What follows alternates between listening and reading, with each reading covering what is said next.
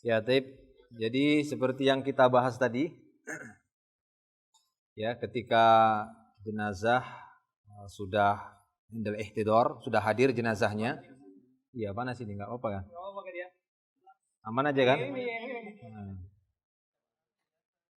Ya, jadi ketika jenazah itu sudah hadir, kemudian ingin dilaksanakan proses pengurusan jenazah dari memandikan, itu tadi ya, jenazah di tempat hadirnya jenazah itu tadi ditutup dengan kain, ya dengan kain panjang gitu ya, kain panjang, ininya diikat, kan biasa gitu ya, ini diikat supaya nggak masuk tadi hewan, ya kemudian ditunggu untuk proses pengurusan jenazah. Nah ini tempat, ini yang kita bilang tempat memandikan jenazah itu hendaknya lebih privasi, terlindungi, karena ini sifatnya praktek, ya harus diperlihatkan kan gitu ya, harus diperlihatkan.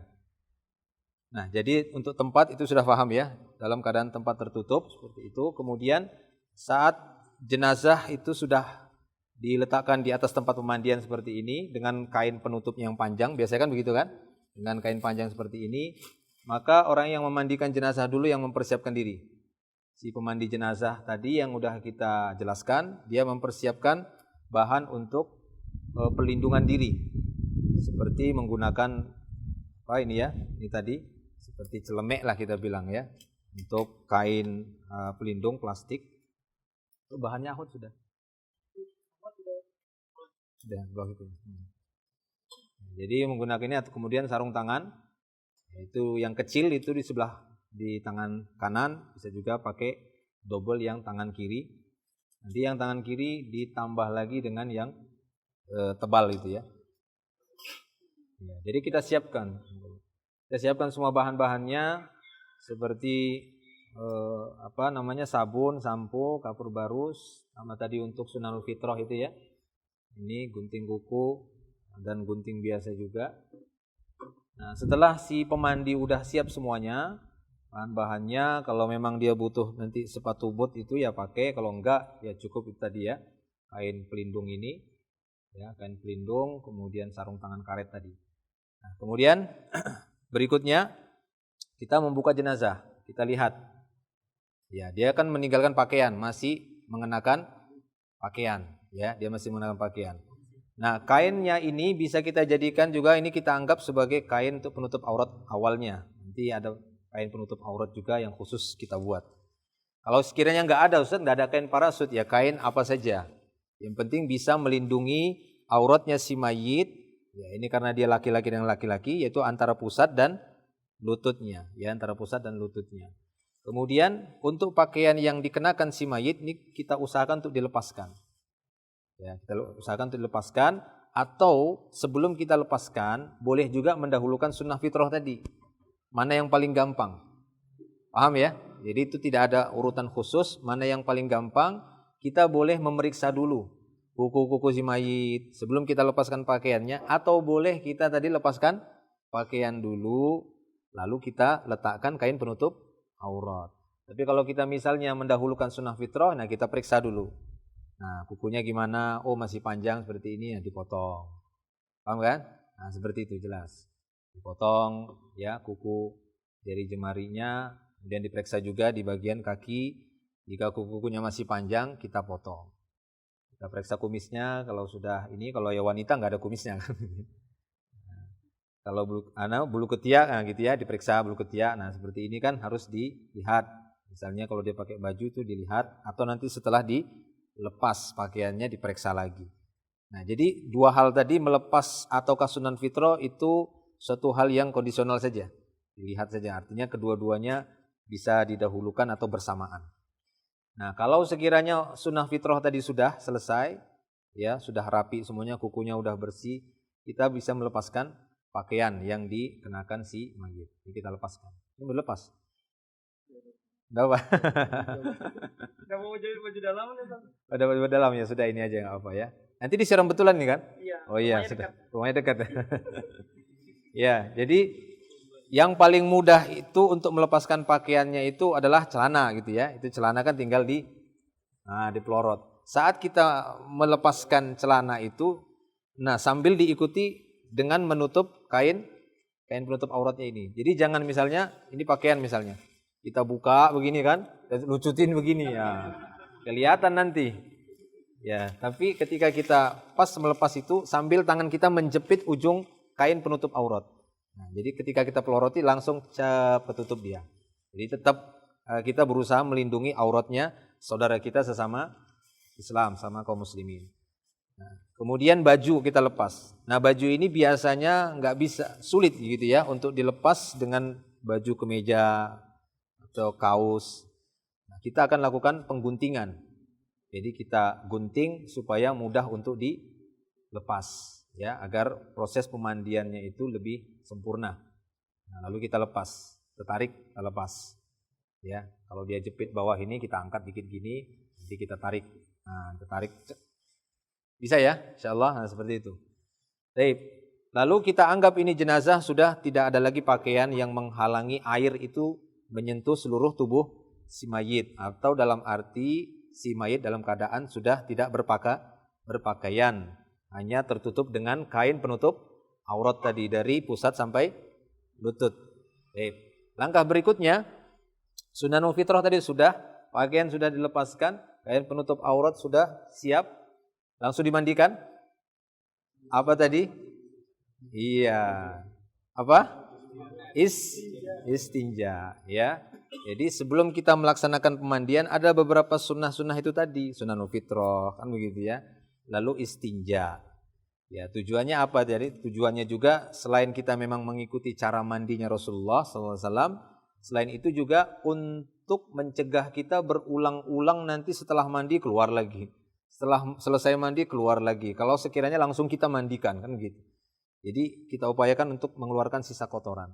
Nah, caranya dengan kita angkat setengah duduk si mayit. Nah, ini kita renggangkan. Nah, kita renggangkan. Lama saja. Iya. Nah, itu kita pijit ya. Jadi posisi si pemandi ini lebih tepatnya di sisi sebelah kirinya si mayit. Kalau dia seorang yang memang lebih kuat ininya gitu ya. Nah, tapi posisi yang lebih pas itu gini, karena kiri itu jadi lebih dekat ke sini. Kalau dia di sini misalnya seperti saya posisi sini, itu kanan jadinya di sini. Nah, jadi agak susah ketika diletakkan nanti dia kan begini. Ya kan, agak repot. Kalau itu posisinya paling enak. Nah, setelah kita pijit-pijit tadi, maka kita pakai tadi setelah kita pijit untuk memeriksa ada atau tidaknya kotoran, kita gunakan perlindungan tangan double tadi dengan sarung tangan karet yang panjang. Dengan mengambil air, nah ini kita siramkan. Nah, seperti itu ya. Oh, itu basah ini ya. Enggak apa ya. Nah, lalu tangan kita masuk untuk menggosok-gosoknya dan memastikan ada kotoran atau tidak. Kalau ada kotoran, kita gunakan sabun. Nah, kita anggap kotoran tadi ada. Kan kita gini, gosok-gosok dulu. Oh, ternyata ada kotoran. Nah, kita pakaikan sabun. Paham semuanya? Lalu kita cuci. Karena tadi kita dapati, oh ada kotoran. Ya. Nah, digosok-gosok. Ya. Ada, lalu kita bilas. Kita bilas lagi sininya. Air sabunnya tadi kita bilas lagi. Nah, setelah itu nanti kita periksa lagi. Atau kita lakukan sisi keduanya lagi. Ya, untuk memastikan apakah kotoran sudah bersih ataukah belum. Ya. Kita angkat lagi. Kita pijit lagi untuk yang kedua kalinya. Ya, pijitan. Nah, lalu kita tidurkan lagi, ya. Tidurkan lagi, kita pakai lagi sarung tangan untuk memeriksa masih keluar atau tidak. Jadi itu sebenarnya proses yang mungkin agak lama dikit gitu ya, tapi ini lebih membuat nyaman sampai akhir lah kan gitu. Lebih aman. Langsung kita periksa lagi. Ya, jika kita lihat sudah tidak ada ya kotoran yang keluar, maka cukup 2 kali. Tapi kalau masih ada nanti tambah lagi 3, tambah lagi 4, sampai nanti terakhir kita periksa setelah pijitan tadi, kita periksa oh nggak ada lagi yang keluar. Berarti tinggal ditambah siraman-siraman biasa untuk melanjutkan proses berikutnya. Nah, ada operatornya kan? Nah, silahkan. Ya, kalau sekiranya pakai selang itu lebih mudah, ada operator itu lebih enak. Hidupkan katanya, hidupkan. Nah, itu tinggal masukkan aja. Nah, adapun bagian kemaluan ini nggak perlu digosok-gosok, nggak perlu dicuci tadi ya. Ya, butuh bagian bawahnya saja. Ya, cukup. Udah jelas ya? Nah, kita anggap istinja udah selesai. Setelah kita pijit tadi terakhir, ini kan kita pijit lagi. Ya, untuk memastikan kita periksa lagi pakai sarung tangan karet tadi. Lalu kita dapati sudah bersih, nggak ada lagi yang keluar, maka cukup. Kita lepaskan sarung tangan karena kita akan melakukan proses yang berikutnya setelah istinja. Apa setelah istinja?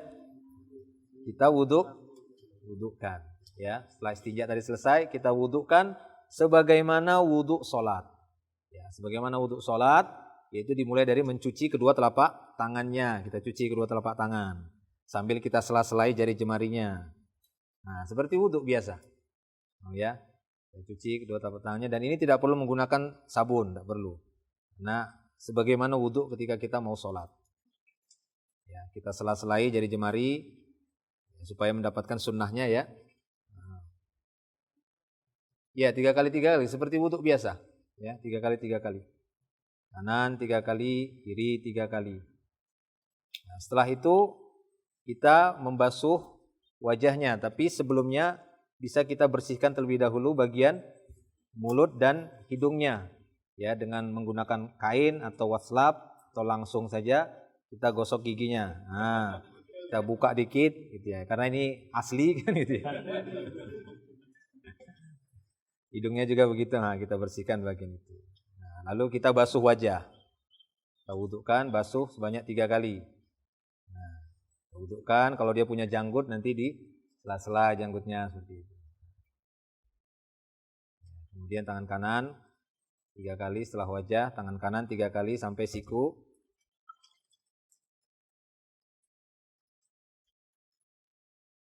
Tiga kali, setelah itu juga tangan bagian kiri 3 kali sampai siku.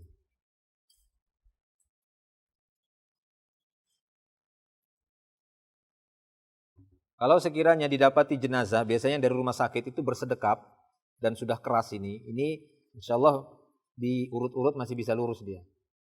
Ya, dipijit itu nanti disiram air agak ini, nanti dia lurus lagi jadi bisa mudah lagi dikerjakan. Ya, tangan kiri tadi udah 3 kali sampai siku, ya kemudian pengusapan rambut, kepala, pengusapan kepala dari depan diangkat dikit ke belakang, lalu balik lagi. Lalu letakkan pelan-pelan, jangan dibak lah gitu ya. Dang kata gitu ya, duak kata gitu. Ya itu namanya kurang inilah perhatian. Terus setelah pengusapan kepala, kaki kanan 3 kali sambil di sela-sela jari jemari. Nah itu ya. Banyak 3 kali. Kaki kiri juga, telapak kaki kiri sampai di mata kakinya 3 kali.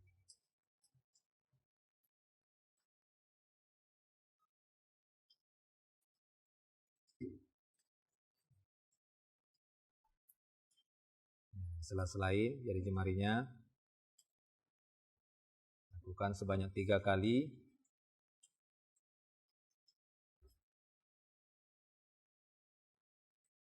Ya, jika selesai bagian kaki kiri dan kaki keduanya sudah dibasuh, maka selesai wuduknya dengan sempurna. Setelah itu apa? Sunnah berikutnya masih ada? Iya, mencuci bagian kepala ataupun rambutnya atau keramas. Ya, sebagaimana beliau sebelum beliau mengguyurkan air ke seluruh tubuh, biasanya beliau akan mengambil beberapa cidukan air untuk mencuci bagian kepala dengan di sela-sela. Ya. Jadi kita keramas rambutnya sebelum dimandikan, kita cuci bagian kepala. Kelihatan ya? Cuci bagian kepala. Nah, sekiranya ada daun bidara yang tadi sudah kita proses, kita gerus sehingga mendapatkan busa, bisa menggunakan perasan daun bidara. Tapi kalau tidak ada bisa kita ganti sampo. Ya, dan insya Allah tidak ada masalah saat samponya atau sabunnya ada alkoholnya, nggak apa-apa. Ya, itu bukan suatu permasalahan dalam masalah memandikan ini, walaupun di bahan sabun itu ada alkoholnya. Nah, iya, iya, ini ini Rimbat gratis. Ya, dengan di sela-sela gitu ya, sebagai sunnahnya.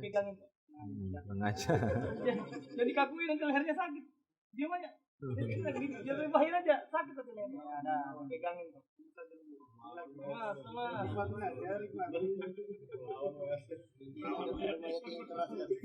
Enggak, kalau mayat itu pasti di jatuh.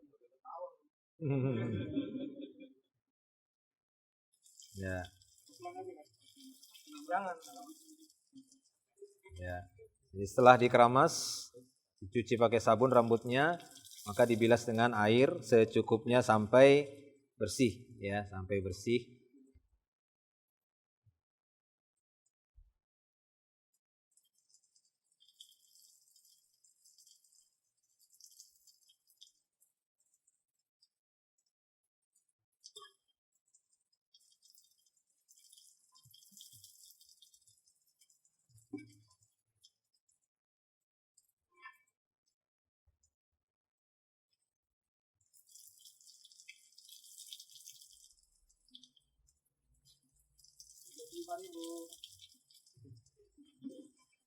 Akhirnya Mas Losi ya kan.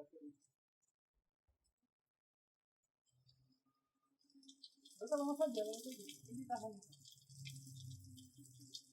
Ya, jadi setelah nanti selesai keramas, maka sunnah-sunnah yang kita maksud sebagai penyempurna mandi tadi sudah mencukupi. Sehingga nanti pemandian ini enggak hanya sebatas meratakan air ke seluruh badan, ya itu masih sunnah-sunnahnya tadi semua ya.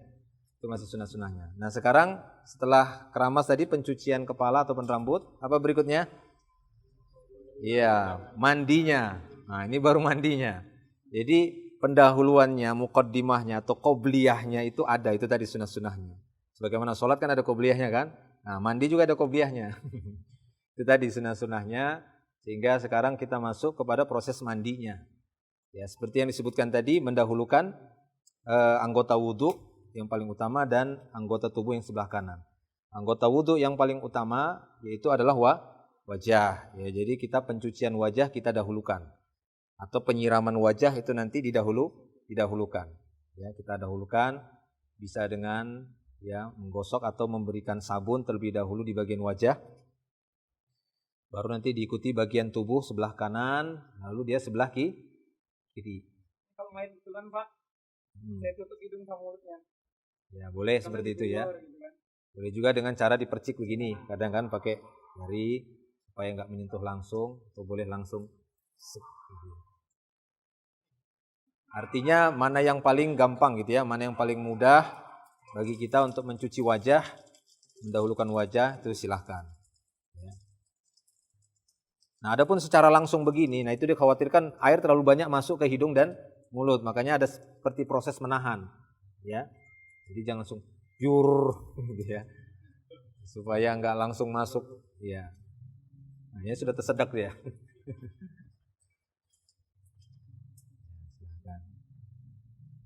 Lalu kita setelah wajah tadi kita siram bagian sebelah kanan tubuh si mayit. Untuk bagian dalam yang tertutup dengan kain penutup aurat itu bisa kita angkat dikit, ya bisa kita angkat dikit saat nyiram nanti sama bagian situ juga. Walaupun dia agak tersingkap auratnya gitu ya, agak tersingkap kelihatan aurat bagian dalamnya. Itu satu yang darurat. Ini yang kata para ulama untuk yang memandikan darurat. Tapi kalau untuk orang yang menyaksikan itu kan tidak ada daruratnya. Namanya juga menyaksikan. Gitu ya. Untuk apa disaksikan? Sehingga nggak perlu disaksikan orang banyak. Kecuali untuk latihan begini. Nah ini mungkin diantara cara untuk di satu posisi kita nggak perlu muter-muter. Jadi caranya itu dengan kita rangkul gitu langsung kita angkat kita siram. Kadang kan kita kan muter sini gitu ya. Baru nanti angkat begini kan agak repot. Kalau tadi posisi dari sana kita langsung peluk. Kita ambil tangan sini tadi langsung ditarik. Lalu kita basuh bagian kiri.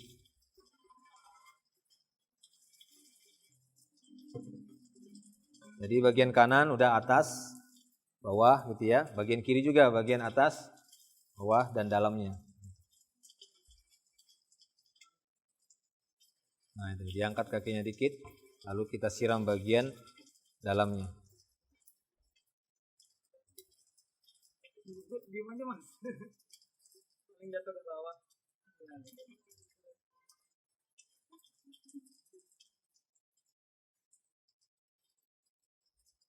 Ya, setelah ini nanti baru kita berikan sabun. Setelah kita menyirami badannya semua, bagian kanan tadi udah kita siram, atas dan bawah, bagian kiri kita siram atas dan bawah, lalu kita lanjutkan dengan memberikan siraman daun bidara gitu ya, menggunakan daun bidara. Kalau tidak ada bisa menggunakan sabun, kita gosok. Nah, itu. Tangan kita jangkau masuk ke dalam.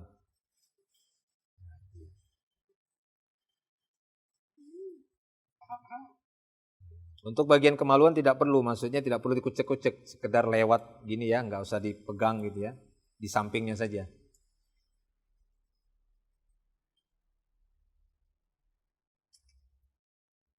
Bagian kanan dulu. Untuk sabun juga begitu, menyabuninya dengan bagian sebelah kanan dulu.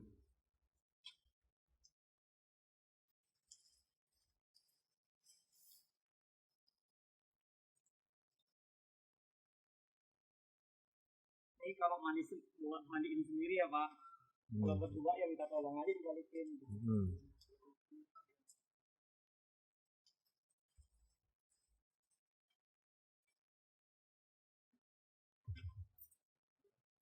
Ya, kalau bagian yang kanan udah kita sabuni, boleh kita langsung sambung nyabuni bagian kiri. Jadi sekali bilas.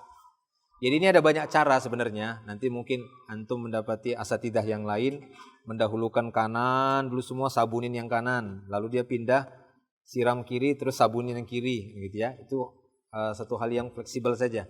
Yang penting setiap gerakan itu atau setiap poin itu kita dahulukan yang kanan.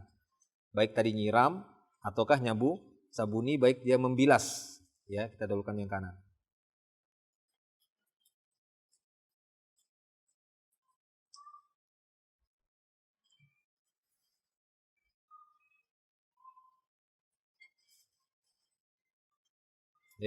Kiranya kita sudah mencukupi untuk nyabunin, kita bilas. Ya, membilas tadi juga kita dahulukan bagian kanannya, dibilas lagi.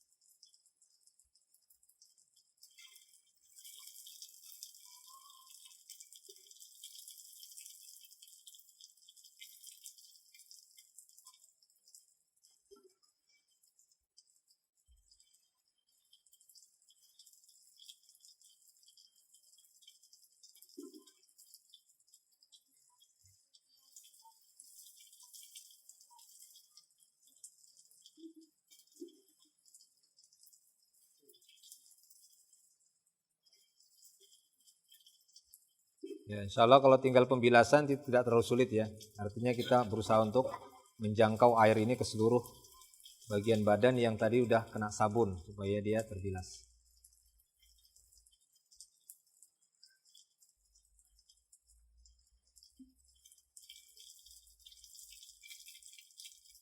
Nanti nggak mandi lagi nih.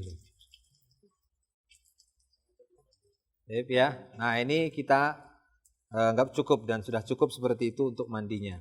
Tinggal tersisa satu ya proses mandi lagi sebagai pelengkapnya, yaitu dengan kafur ya, seperti yang kita bahas tadi. Kata Rasulullah, ij'alna fil akhirah kafuron au syai'an min kafura ya, syai'an min kafur.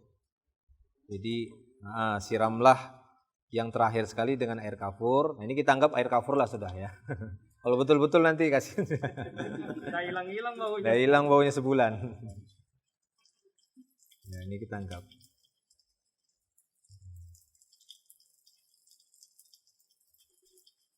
Dan biasanya kita lebih halus ya. Maksudnya kita saring pakai kain. Biasanya kita taruh kain. Nah seperti kain ini gitu ya. Kita taruh di dalamnya misalnya. Lalu kita kucek-kucek gini. Nah, jadi sarinya saja gitu ya. Aromanya kapur barus. Sehingga dia lebih bening, nggak kasar. Tidak merusak kulitnya si jenazah. Nanti kita anggap air kafur sama seperti siraman tadi ya. Kita usahakan untuk disiram di seluruhnya, kanan dan kirinya. Baik, cukup insyaallah. Kita anggap air kafur juga udah selesai, maka mandi udah selesai. Paham ya? Jelas ya? Gampang kan? Insyaallah. Berarti nanti kalau ada panggilan untuk ngurus jenazah bisa ya? Soalnya sering kita kecarian ini kalau diminta bisa ngurus jenazah, wadah nggak ada orangnya kan? Berarti ada panggilan antum semua nanti bisa. Ya, setelah selesai semuanya sampai air kafurnya, maka kita gunakan handuk tadi yang udah kita siapkan, handuk lebar untuk menyeka ataupun mengeringkan sebatas kemampuan kita, ya, sisa-sisa air yang ada di tubuh jenazah, baik itu dari rambutnya, ya, kita seka dengan handuk, wajah dan seterusnya nanti sampai ke bagian ini sambil nanti pelepasan kain penutup auratnya.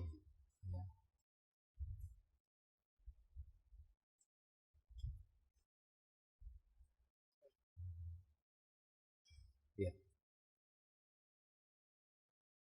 Silahkan.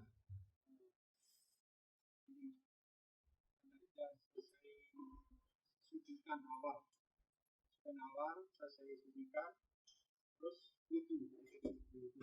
Nah sekarang sebelum wudhu itu kan mungkin wajahnya mungkin bersih, kurang bersih karena untuk dijaga. Nah, apakah sebelum itu diusap dulu? Ya, tadi seperti yang kita bahas tadi, ada proses tambahan tadi. Nah, yang tadi kena cat, kena itu dilakukan sebelum mandi. Karena kalau langsung kita mandikan kan jadi prosesnya berulang-ulang lagi. Iya. Nah itu ya, jadi handuk tadi kita usahakan untuk nutup, lalu kita tarik kain basahannya tadi atau kain mandi untuk aurat, sehingga handuk ini tetap pada batasan aurat, kan gitu ya. Handuk ini tetap batasan aurat. Lalu kita pakai kain penutup panjang. Ya, jadi sebelum mandi itu memang harus kita periksa tadi. Kalau misalnya ada yang ganjil, misalnya ada sisa cat, sisa darah, itu kita bersihin dulu. Sama tadi seperti kuku kita. Nanti udah selesai mandi baru kita potongin kuku, jadi tambah kerjaan gitu ya.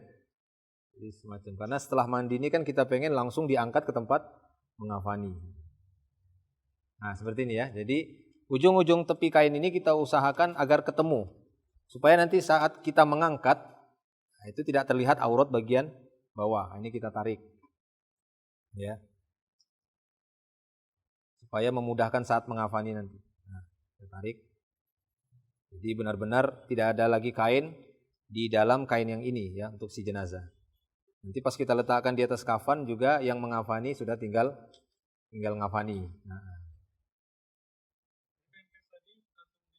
Boleh di sini dipasangkan, tapi kebiasaannya juga di tempat ngafani udah diletakkan di posisi kafan itu di yang kemungkinan bokongnya jenazah itu terduduk di situ.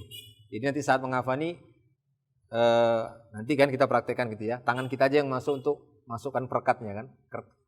Krek gitu, ditarik gini langsung direkat. Enggak dibuka begini. Jelas ya? Sudah? Ini dulu, selamatkan dulu ini. Selamatkan dulu nih. Intinya praktek mandi ini sudah tadi udah kita praktekkan. Nanti kalau ada yang kalau ada yang ingin bertanya nanti mungkin saat kita pembagian kelompoknya saja ya di dalam. Yang penting ini sudah jelas insyaallah alhamdulillah. Nanti kita lanjutkan di pembagian kelompok untuk praktek. Kita harapkan ini tidak hanya melihat tapi juga ada masing-masing peserta kalau bisa coba mempraktekkan tadi dari urutan-urutan tadi dipraktekkan. Siap ya? Sudah masuk zuhur belum kan? Belum. 1 jam lagi ya. Berarti kita masih bisa praktek. Ya, kita lanjut di dalam. Ya, lanjut dalam. Insyaallah.